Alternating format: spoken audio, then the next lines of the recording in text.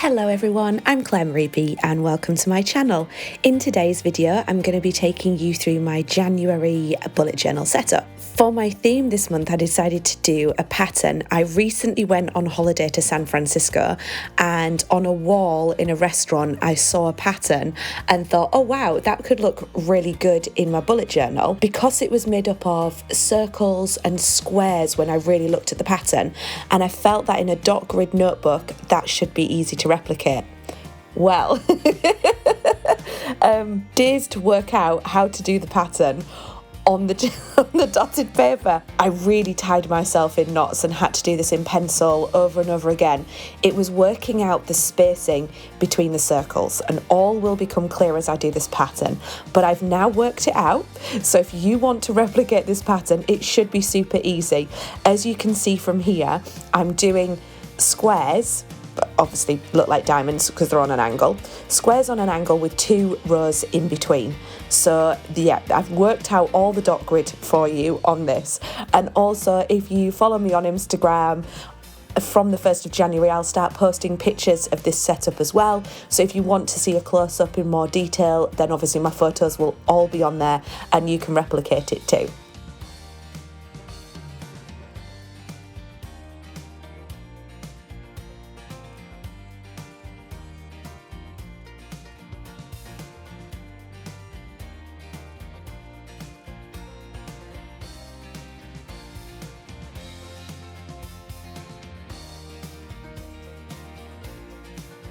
The only tools I need this month for this are my coloured pens, and then I'm using one of my stencils which has circles because I'm using this to make the clean circle, and it also has a ruler on the other side. I tried doing this pattern multiple different ways, doing it freehand, doing it with a black ink outline, etc. This was the way that I felt made it look the cleanest and the sharpest, to use a ruler and go around the edge with each of the individual colours I was going to use, and then basically colour it in. So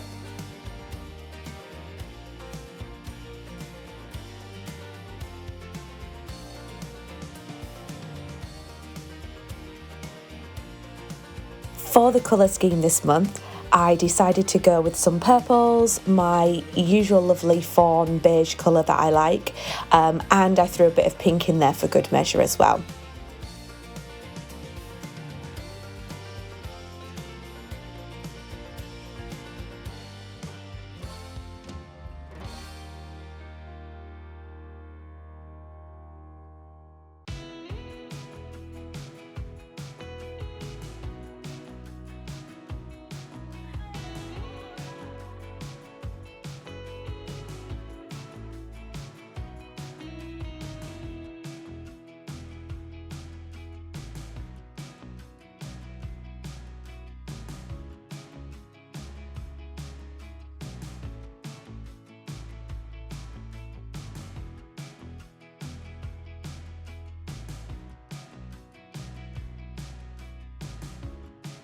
I struggled this month to land on the theme of exactly what I wanted to do, as I had so many ideas flying through my head, and the time of year meant I was crazy busy. So getting my thoughts clear was a little bit of a struggle, but I landed on this after just feeling so inspired by the holiday that I had. It was really fantastic, and I loved doing that trip in November as well. I got a ton of inspiration, saw so many wonderful things, and went to a part of the States that I've never been to before, and I'd always wanted to go to San Francisco, so to go there was just brilliant. We went to a few other places as well, but yeah, it felt that this was a nice throwback to the holiday and done in my way. So I really do hope that you like the pattern when you see it finished.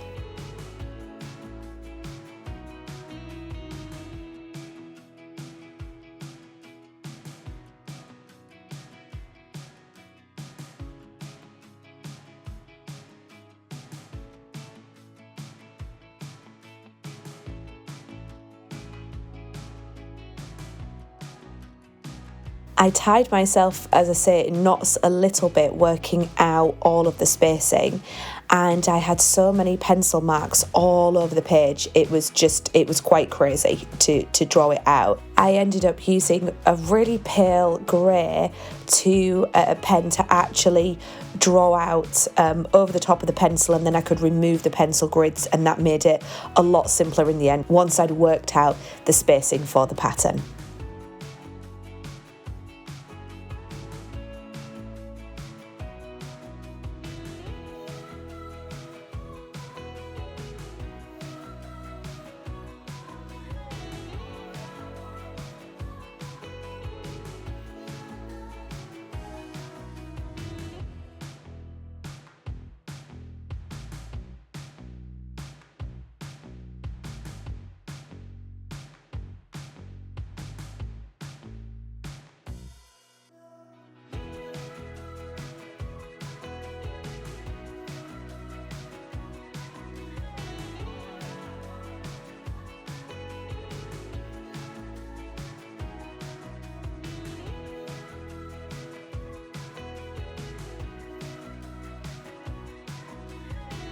This design is certainly up there with one of the longest ones for me to create.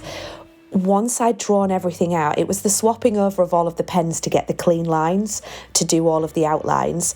And as you can see as I go throughout, of course I'm going to miss little sections and have to go back and realise, oh, I haven't done the outline of that one or that one. So I had to go back. But once I had all those outlines drawn out and it was just the process of colouring in, it was a really enjoyable activity just to sit and colour all of it in and see the pattern coming to life. So yeah, I would do a spread like this again and do a pattern.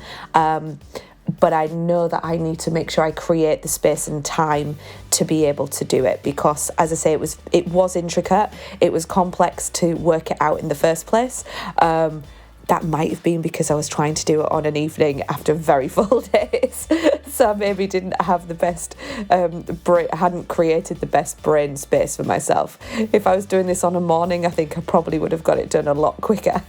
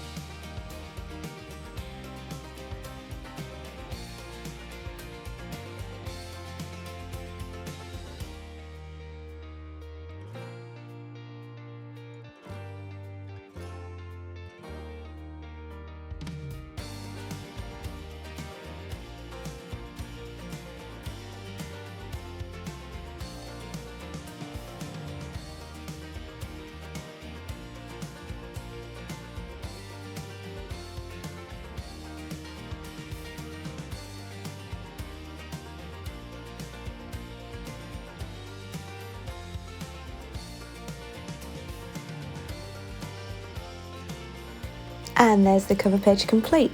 Onto my calendar spread. Using all the different colours in the pattern on the cover page gave me a brilliant palette of colours to use for the calendar spread, and I'm keeping it similar to what I've done before in terms of using the colours for each of the boxes.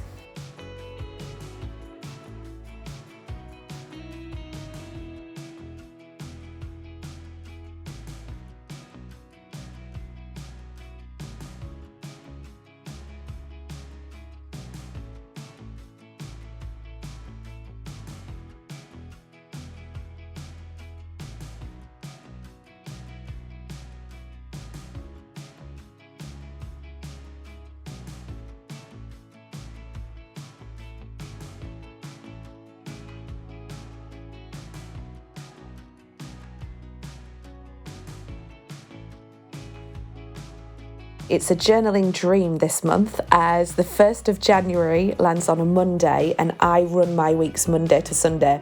So this is just the best setup for me for January, and it means I can do all my weekly spreads starting with the 1st on the Monday. So it's a very orderly and tidy year this year, starting with the 1st.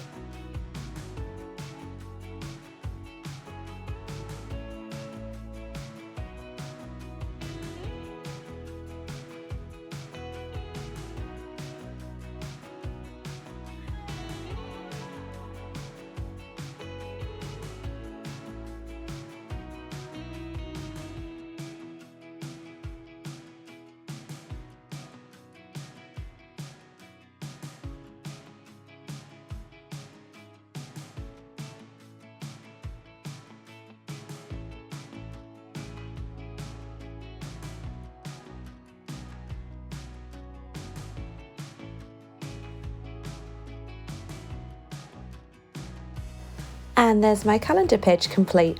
On to the next page. This is where I'm doing my mission control and my wellbeing spreads. My mission control has reduced down somewhat now. I'm thinking of changing things up a little bit in terms of what I do with these pages, but I haven't quite landed on how I want to do this. So my journaling for me is really about productivity, but also the enjoyment of the process. And if I'm not using certain spreads, then I'm not getting the best out of the productivity of the space or of my time, and then I'm not enjoying it. It's becoming a chore. So I need to constantly evaluate if my pages are working for me in the best way, and am I filling them all in. And at the moment I think I could probably do with a bit of a change.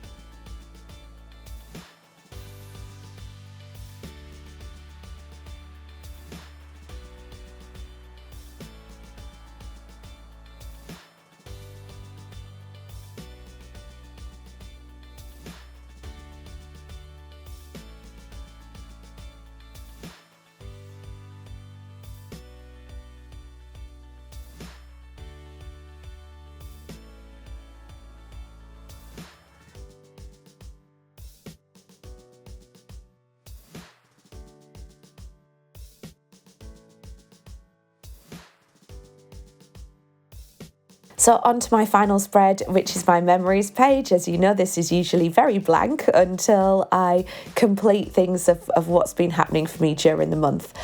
This year, I'm making a bit of a change and including some new journals in my regular journaling portfolio, if I could call it that.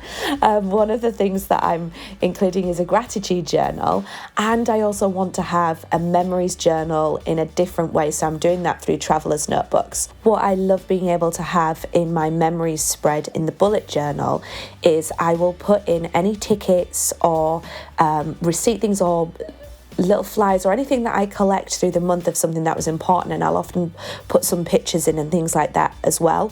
In my traveller's journal, I'm not going to be able to do that, so I still think that there is a space for both things. It's just how I end up doing that. Let me know if you want to see any of my memories journaling setup on YouTube. I'm happy to make some videos about that. I will be using the Traveller's Notebook and stickers and stamps, so it'll be a little bit different to what I do with my bullet journaling. But I'm more than happy to share that with everybody as well, and it will be on my Instagram page.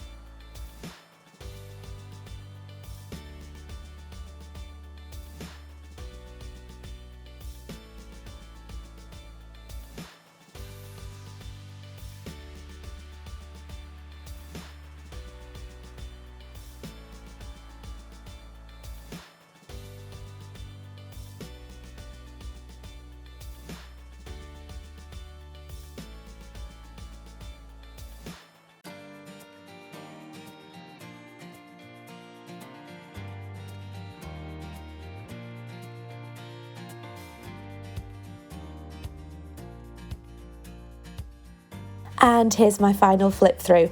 Thank you so much for joining me today. I hope you've enjoyed my video. If you have, please hit like and subscribe, and don't forget to turn on those notifications so you're told when I release future content. I hope you have a fantastic January, and I'll catch you in my next video. Bye!